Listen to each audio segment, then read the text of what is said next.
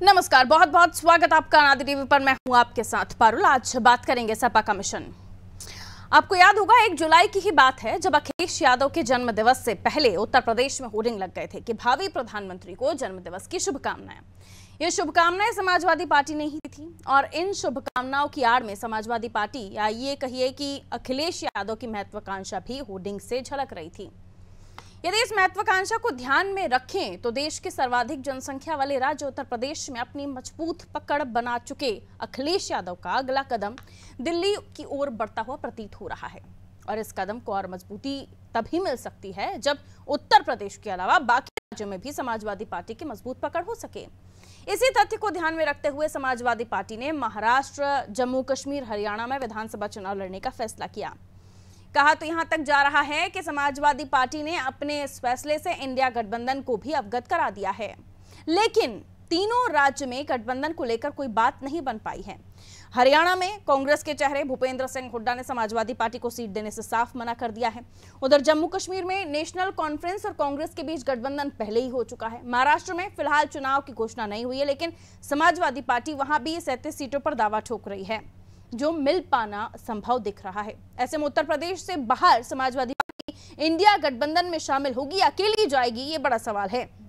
उत्तर प्रदेश के अलावा बाकी किसी राज्य में समाजवादी पार्टी की मैं बात करूं तो समाजवादी पार्टी की ज्यादा पकड़ आप देख रहे हैं कि नहीं है, लेकिन हरियाणा जैसे तमाम राज्यों में समाजवादी पार्टी के जो कोर वोटर्स हैं या जो कोर वोट बैंक है, यादवों की संख्या अच्छी खासी है, इसलिए समाजवादी पार्टी इन राज्यों में कदम जमाने की कोशिश कर रही है। जहां तक राष्ट्रीय राजनीति का सवाल है, उसमें समाजवादी पार्टी की छवि जातिवादी क्षेत्रीय पार्टी की है।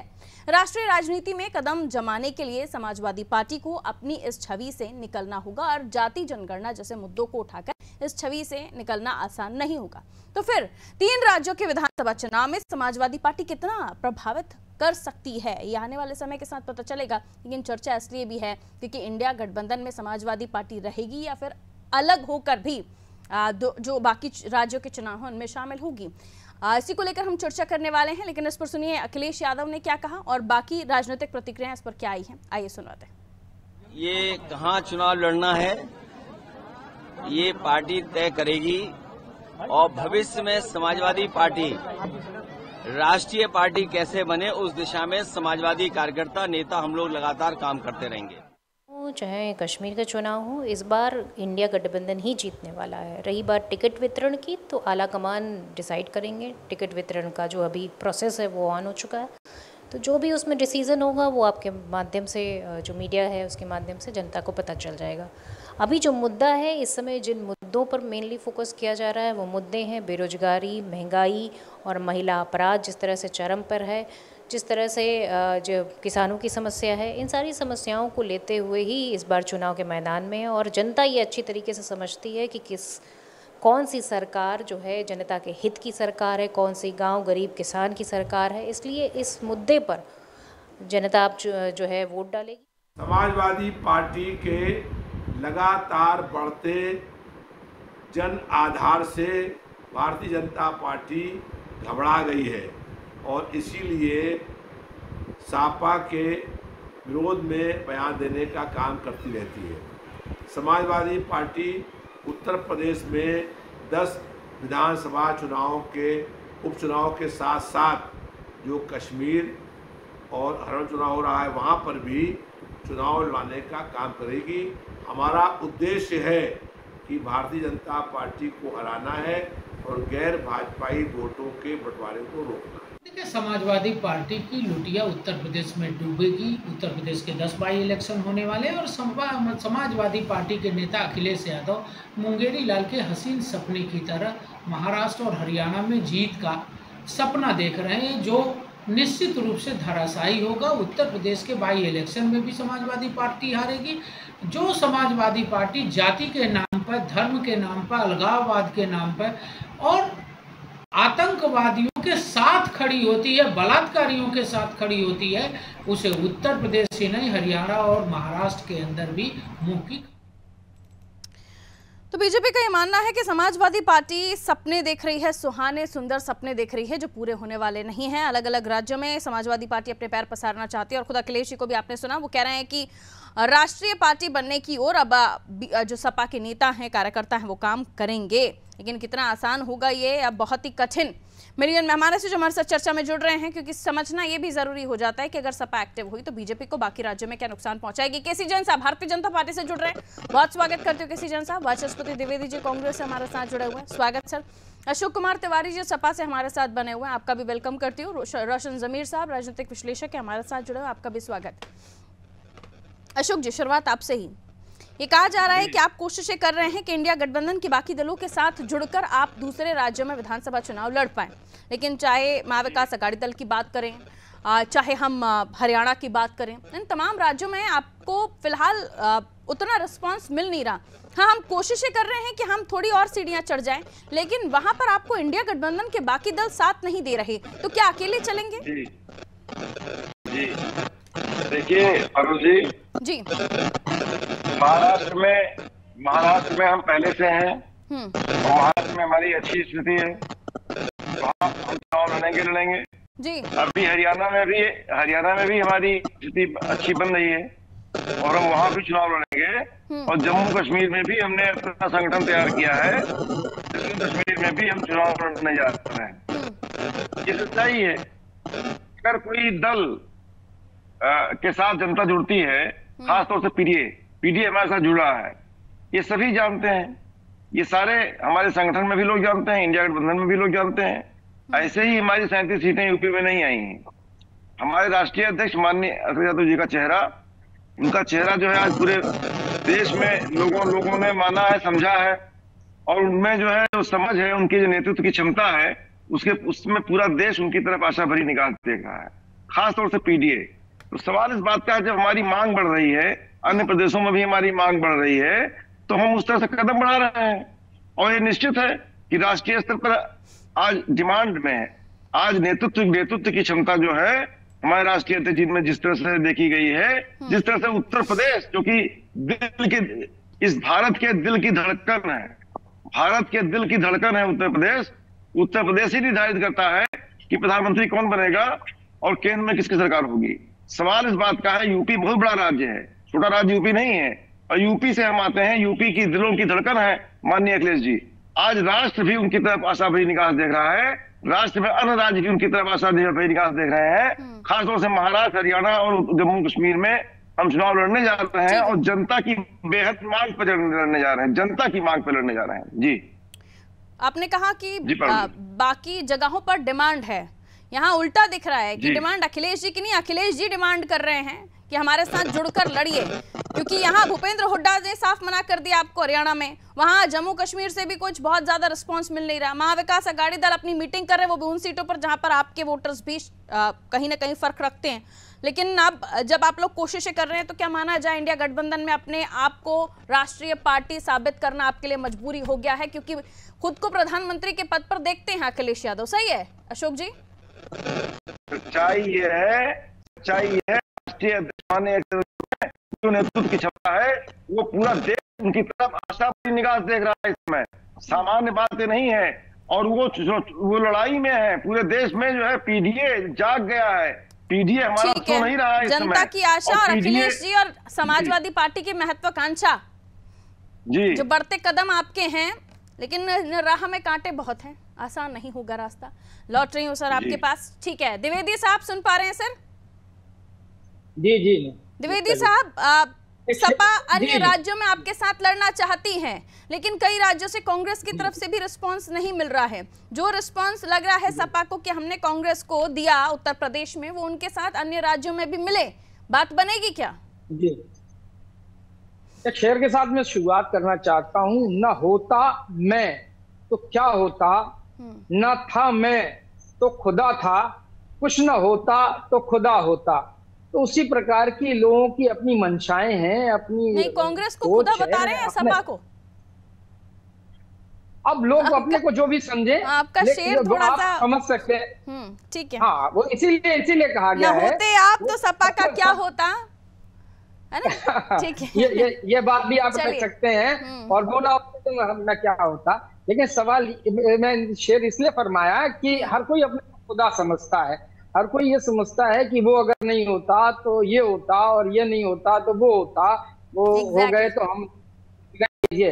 तो ये हर एक को अपना सपना देखने का हक है, हर एक को अपनी पार्टी का प्रोलिफरेशन करने का हक है, हर पार्टी को अपना राष्ट्रीय स्तर पाने का, कायम पाने का अपना हक है और वो उसके प्रयास करते हैं। इसके पहले भी जिस पार्टी की आप बात कर रहे हैं वो राष्ट्रीय स्तर पर अपना मकाम रखते थे और धीमे धीमे सिकुड़ कर अपने कारणों से वो यहाँ आ गए। अब वो लार्जर पर्सपेक्टिव पे जब उन्होंने एक बड़ा गोल सेट किया और कांग्रेस को जब साथ लिया है तो वो एक मकाम पे पहुंचे हैं और अगर वो साथ रहेंगे तो हम लोग बहुत अच्छा काम करने की स्थिति में होंगे। साथ देना चाहते हैं, उनसे साथ लेना चाहते हैं। अभी दूसरे राज्यों में नंबर्स की बात हो रही है और वहां से कांग्रेस का कोई रिस्पांस सपा को नहीं मिल रहा है। शायद अकेली जाना चाहेगी सपा, ये पूछ रही हूँ मैं आपसे। क्या साथ मिलेगा आपका, साथ चलेंगे?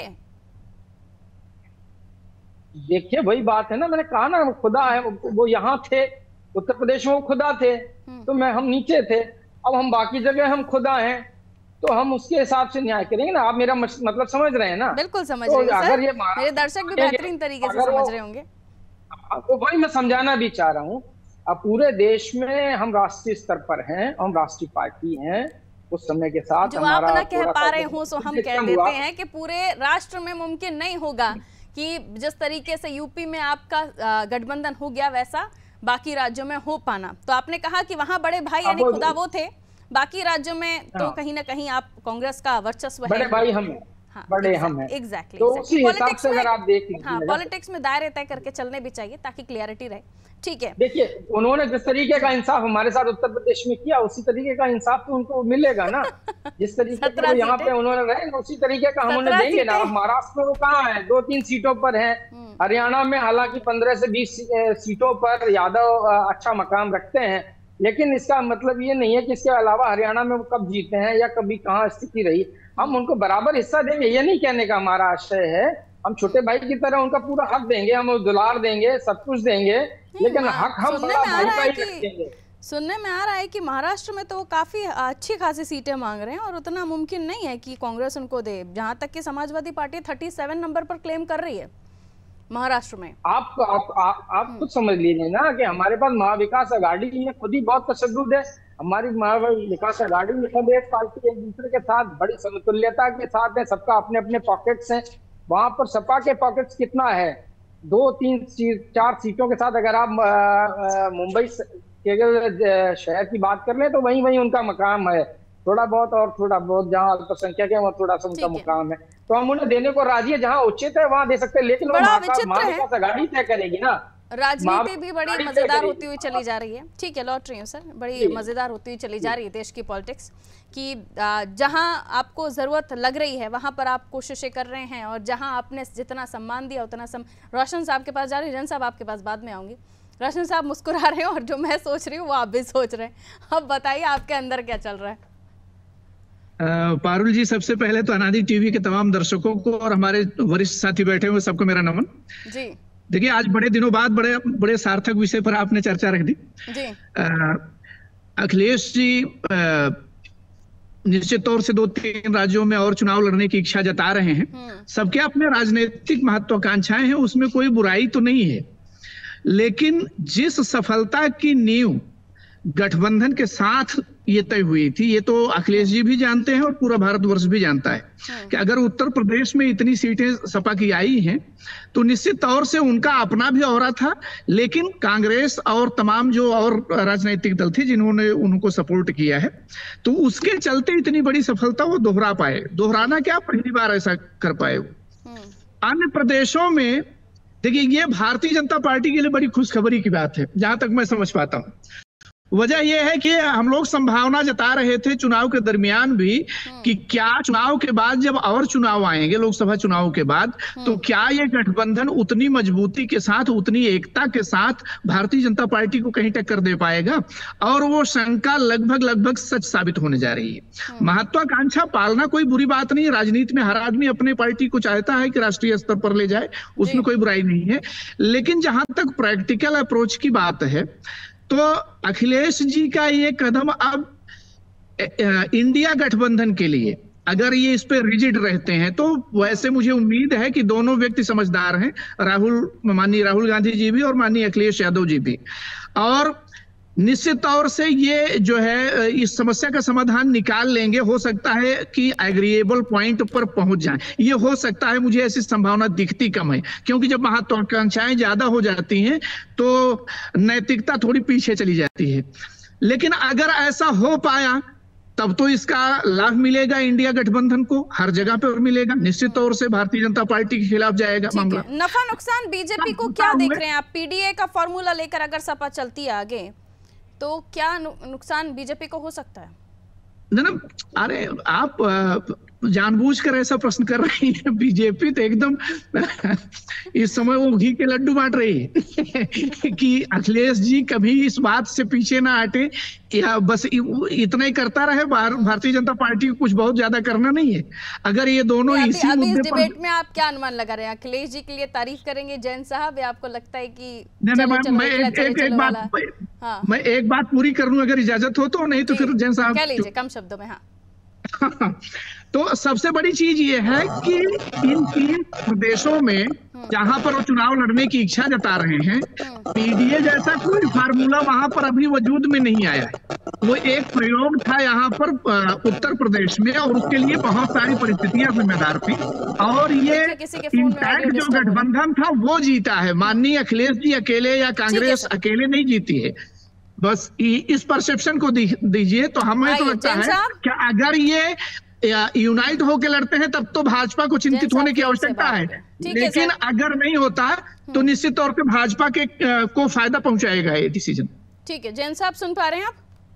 जी सुन रहा हूँ। केसी जैन साहब फ्रेम में आ जाइए। हाँ जी, मैं आपसे यही सवाल पूछना चाह रही हूँ कि ये आपके लिए गुड़ के लड्डू है, घी के लड्डू है, या फिर दोनों हाथ घी की कढ़ाई में, क्या कहेंगे आप इसको? ये कदम जो अखिलेश जी का है राष्ट्रीय पार्टी बनने का, ये आपको नुकसान देगा, फायदा देगा? ये रोशन साहब अपनी प्रतिक्रिया तो दे रहे हैं, लेकिन वाकई अगर साथ मिल गया इंडिया गठबंधन के बाकी दलों का तो आपके लिए दिक्कत भी हो जाएगी जैन साहब? देखिए पारुल जी, पहली बात तो ये है कि ऐसा पहली बार नहीं है कि मिलकर के चुनाव लड़े। आप देखिए कि तमाम जगहों पे मिलकर के चुनाव लड़े। 2017 में जब अखिलेश यादव जी की पूर्ण बहुमत की सरकार थी, इसी उत्तर प्रदेश में जहां पे समाजवादी पार्टी का सबसे ज्यादा वर्चस्व है, इसी कांग्रेस के साथ गठबंधन के साथ चुनाव लड़े थे। परिणाम क्या हुआ? 50 के अंदर सिमट करके रह गए थे। और उसके बाद 2022 के इलेक्शन में क्या हुआ विधानसभा के, उसमें भी full flash government Bharatiya Janata party की बनी, योगी जी दोबारा मुख्यमंत्री बने। तो ये कह देना, और वहां पर जहां ये गठबंधन कर रहे हैं, अभी देखिए रोशन जी ने एक बहुत अच्छी बात की, तो आप पीडीए का कोई आधार नहीं। उसके साथ साथ एक चीज और भी है, अभी जो कांग्रेस के साथी ने बात की, उन्होंने स्वयं तमाम सारी चीजें स्पष्ट कर दी कि अगर ये अखिलेश यादव जी ये देखते हैं कि भाई वहां पे अल्पसंख्यक है, अल्पसंख्यक की हम राजनीति करते हैं, समाजवादी पार्टी को ये लगता है, तो क्या नेशनल कॉन्फ्रेंस के फारूक अब्दुल्ला वो अल्पसंख्यक के बजाय किसी और की राजनीति करते हैं क्या, जिसके साथ कांग्रेस ने वहां पर गठबंधन किया है? और हरियाणा में जो इनके साथ कांग्रेस के साथ पहले से गठबंधन है महाअघाड़ी दल का, क्या वो अपनी सीटों को शेयर होते हुए बचा पाएगा क्या कहीं पर? और तीसरी बात ये कि जिस हरियाणा की ये बात कर रहे हैं, वहां पे तो कांग्रेस के भूपेंद्र सिंह हुड्डा जी ने स्पष्ट कर दिया कि भाई हम कोई बंटवारा यहाँ नहीं चाहते। तो अपनी अपनी कवायद कर रहे हैं, अलग बात है। एक तो गठबंधन कहीं होता हुआ दिखाई नहीं देता, फिर भी करे लड़े अच्छी बात है, लेकिन भारतीय जनता पार्टी अपने एक एक बूथ पे एक एक कार्यकर्ता को मजबूत कर रही है। ये तो खैर सभी को इंडिकेशंस मिल रहे हैं कि अभी जो सोच रहे हैं वो मुमकिन बहुत ज्यादा नहीं है कि इंडिया गठबंधन के बाकी दल इनको वो नंबर्स दे दे जो ये चाह रहे हैं, या वो सीटें दे दे जो ये चाह रहे हैं। लेकिन अगर ऐसा हो गया कि थोड़ी पारुल जी मारवाड़ी हो गई है, अभी हमने कहा फारूक अब्दुल्ला साहब किसकी राजनीति करते हैं भाई? पूरे की पूरे अल्पसंख्यक की राजनीति करते हो, तो अलगाववादियों तक की राजनीति करते हैं फारूक अब्दुल्ला साहब। उन्होंने तो यहाँ तक कर दिया धारा 370 को हम वापस लेकर के आएंगे। तो ऐसी स्थिति में वहां पे किसी की मैंने कहा मांडवाली हो गई अगर सीटों की, तो फिर दिक्कत होगी आपको? नहीं, देखिए हमारे लिए कहीं पे कोई दिक्कत नहीं है पारुल जी। इसके पहले भी ये सब लोग मिल करके तमाम जगह पे चुनाव लड़ चुके हैं, उसके परिणाम भी यूपी में तो दिया है ना सब। और एक चीज है पारुल जी कि केवल और केवल 2014 नहीं, आप देखिए 2019 में सब मिलकर चुनाव लड़े थे, क्या परिणाम हुए थे? और इस बार भी सब लोग मिलकर के लोकसभा का चुनाव लड़े। तब कुछ एक दल थे, अब ज्यादा दलों का ये गठबंधन जो है बन गया है अशोक जी, तो कोशिशें तमाम हो रही हैं, लेकिन उतनी संभावनाएं दिख नहीं रही किसी को भी कि आप जो मांगे सो मिल जाए। एक और भी है पारुल जी, एक और भी है, कम शब्दों में बोल लीजिए अशोक जी के पास जा रही जो पैर पसारने की कोशिश कर रही है। हाँ। ये अलग बात है कि इनको कुछ बढ़त उत्तर प्रदेश पे मिली है कांग्रेस के साथ में आकर के, लेकिन तमाम सारी चीजें इन्होंने भ्रम फैलाने का भी काम किया। कहा इन्होंने संविधान खत्म हो जाए, लेकिन एक चीज पारुल जी कि जब से समाजवादी पार्टी ने बढ़त हासिल की है, उसके बाद में समाजवादी पार्टी का वही स्याह चेहरा सामने आने लगा है। ठीक है, रुकिए, अब आप दूसरे रास्ते जा रहे हैं, आप रुक जाइए, हम रेल एक ही रेल चल रहे हैं, एक ही पटरी पर। रुकना वापस आ रही हूँ अशोक जी, ठीक है, कही है सर, जो चाहत है वो चाहत पूरी हो जाए ये मुमकिन नहीं दिख रहा। ठीक है, कम शब्दों में बोल रहा हूँ, वो मुमकिन नहीं हो सकता ऐसा लग रहा है। कम शब्दों में बोलना चाहता हूँ, बहुत संक्षेप में सारांश में बोलना चाहता हूँ जी। जिस पर आज का आपका डिबेट है, जिस विषय पर डिबेट है, उसी विषय पे बोल रहा हूँ। सच्चाई यह है पारुल जी कि जो है पूरे देश में जो उत्तर प्रदेश ने मैसेज दिया है, उत्तर प्रदेश ने ही मैसेज दिया है। आज हमारे कांग्रेस के साथी जो बैठे हैं उनसे विनम्रता पूर्वक अनुरोध करना चाहता हूँ, उनकी हमारी बात को गंभीरता पूर्वक सुन लें। कांग्रेस के साथी बैठे हुए हैं और अच्छी तरह सुन लें, क्योंकि उनका शीर्ष नेतृत्व सारी बातें समझ रहा है। कांग्रेस का शीर्ष नेतृत्व सारी बातों पर गहराई से चिंतन कर रहा है, मंथन कर रहा है। आज उत्तर प्रदेश ने जो मैसेज दिया है वो बहुत बड़ा मैसेज दिया है। 240 पर भाजपा रुक गई है, एनडीए की सरकार है आज। इसमें माननीय राष्ट्रीय अध्यक्ष अखिलेश यादव जी का बहुत बड़ा योगदान है। इसीलिए बिल्कुल वही हम कह रहे थे ना अशोक जी, कि इसीलिए आप लोग और भी राज्यों में पैर पसारने की कोशिश कर रहे हैं। ठीक है, अब देखिए ये अभद्रता कर रहे हैं पारुल जी। आपके डिबेट में समय है अभी मेरे पास, आपके डिबेट में द्विवेदी जी आपके डिबेट में जैन साहब अभद्रता कर रहे हैं, आप बोल नहीं रहे उनको। जैन साहब अभद्र व्यवहार कर रहे हैं। आप तो चुप हो जाइए अशोक जी, आपको चुप होना पड़ेगा ना पहले, फिर कोई दूसरा बोलेगा। रुकिए द्विवेदी जी, आपको समझना पड़ेगा, आपके शीर्ष नेतृत्व को समझ आ रहा है। ठीक है, समय कम है मेरे पास। जैन साहब डरे हुए हैं समाजवादी पार्टी से, जैन साहब समाजवादी पार्टी से डरे हुए हैं, जैन साहब को डर है। अरे पारुल जी मेरे लिए कह रही हैं, आप लोग शांत हो जाइए। बोल लिए थे ना अपनी बारी में अशोक जी, आप बोल लिए थे अपनी बारी। जैन साहब रुकिए, ऐसे तू मैं वाली चर्चा करेंगे, मैं यही थैंक यू कर दूंगी, आप लोगों की बात नहीं आ पाएगी। बेटर है 30 सेकंड में बात रख लीजिए द्विवेदी जी, 30 सेकंड। हाँ जी, ये पारुल जी ये जर की जंग है ना जमीनों की जंग है। हाँ। ये जंग है बका के उसूलों के वास्ते।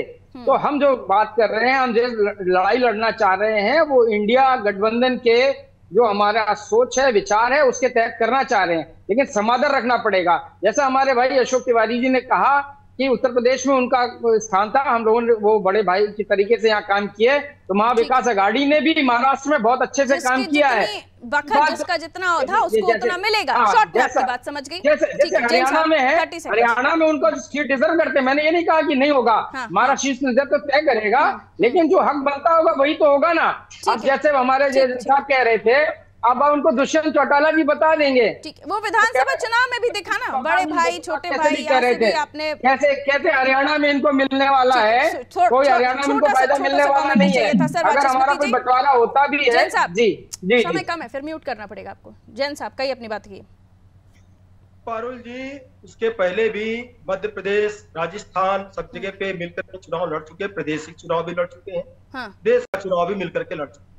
और पहली बात तो ये है कि कांग्रेस और जो इनका गठबंधन की बात है, वहां पर जो इनके साथ घटक दल ऑलरेडी पहले से हैं, उनको कांग्रेस बिल्कुल नहीं नाराज करना चाहेगी कि नए घटक को जोड़ने के लिए पुराने घटक दल को अलग कर। और इसलिए दूसरी बात यह है कि समाजवादी पार्टी का कहीं पे खाता खुलता हुआ नहीं दिखाई दे रहा। तो अलग बात है कि गठबंधन सीटें मांग रहे हैं। पॉइंट ये है रोशन साहब कि जो चीजें हो, जो ठीक है तीनों राज्यों में सरकार में, ठीक है आपकी बात आ गई रोशन साहब, जो चीजें कोशिशें हो रही हैं वो यूपी में तो दिखा कि सक्सेसफुल हुई, लेकिन बाकी स्टेट्स में बात बनती हुई नहीं नजर आ रही है। ममता बनर्जी जी तो पहले ही साइड हो चुके, कुछ और दलों ने भी अपना चैप्टर बता दिया है कि हम यहीं तक सीमित थे, और उसके बाद साथ तो हैं लेकिन नंबर से, या फिर हमसे टिकट मत मांगिए या हमसे सीटें मत मांगिए। ऐसी स्थिति में इंडिया गठबंधन का भविष्य आप क्या देख रहे हैं बाकी स्टेट्स में? बिल्कुल, बड़ा अच्छा सवाल आपने किया। देखिए, जो इंडिया गठबंधन है, इसमें तो निश्चित तौर से ये महत्वाकांक्षाएं क्षेत्रीय दलों की उभरेंगी, इसमें कोई दो राय नहीं, क्योंकि अब उगता हुआ सूरज सबको दिख रहा है। लेकिन एक चीज बहुत बड़ी जो बात हम लोग मिस कर रहे हैं, जैसे अखिलेश जी को कांग्रेस को साधना उतना कठिन नहीं है। कांग्रेस जो है बृहद माइंडसेट की पार्टी है, वो इनको स्थान देना भी चाहे तो अलग अलग राज्यों में जो उनके पुराने घटक दल हैं, जो अभी केसी जैन साहब कह रहे थे, वो साधते हुए बड़ा मुश्किल हो जाएगा। एक चीज। दूसरी चीज ये है कि अगर भारतीय जनता पार्टी, ऐसा नहीं है कि सिर्फ इस गठबंधन की वजह से हारी है, उसके व्यक्तिगत कुछ कमियां भी थी। उन्होंने जनता से दुरुस्त करने की कोशिशें भी कर रहे हैं, जिनमें रोजगार भी देखा हमने, जिसमें अगर भारतीय जनता पार्टी अभी भी, मुझे आपसे इजाजत लेनी होगी सर, समय इतना इजाजत दे रहा था। बहुत बहुत शुक्रिया आप सभी का हमारे साथ चर्चा में जुड़ने के लिए। उत्तर प्रदेश की हम बात कर रहे थे। समाजवादी पार्टी अब उत्तर प्रदेश की दहलीज से बाहर निकलना चाहती है, लेकिन दहलीज से बाहर निकलने के लिए साथ ही साथ निभाना वाला जो गाना है वो कोई नहीं गा रहा है। दिक्कत यह हो गई है कि समाजवादी पार्टी ने तो उत्तर प्रदेश के चुनाव में कांग्रेस को 17 सीटें दे दी, लेकिन वही प्यार, वही दुलार, वही लाड़ समाजवादी पार्टी को बाकी स्टेट्स में नहीं मिल रहा है। वजह है कि अलग अलग दल जितना उनका सीटों पर लड़ना होता है वो उतने सीटों पर लड़ना चाहते हैं। चाहे हम जम्मू कश्मीर की बात करें, हरियाणा की बात करें या अन्य राज्यों की बात करें, वहां से नो दिखाई दे रहा है समाजवादी पार्टी को इंडिया गठबंधन के बाकी घटक दलों से। तो आगे समाजवादी पार्टी आगे बढ़ेगी अकेले, इंडिया गठबंधन में एडजस्ट करेगी, या फिर समाजवादी पार्टी जो राष्ट्रीय पार्टी बनने का स्वप्न देख रही है उसको पूरा करने के लिए कोई और भी कदम उठाएगी? क्योंकि इतना बड़ा वृहद वोट बैंक समाजवादी पार्टी का नहीं है कि एकला चलो की रणनीति के साथ वो बाकी जगहों पर अपनी बखत बना सके, अपने पैठ बना सके। आने वाले समय में सपा के राष्ट्रीय अध्यक्ष क्या निर्णय लेते हैं देखना दिलचस्प होगा। दीजिए इजाजत, रखिए अपना ख्याल, नमस्कार।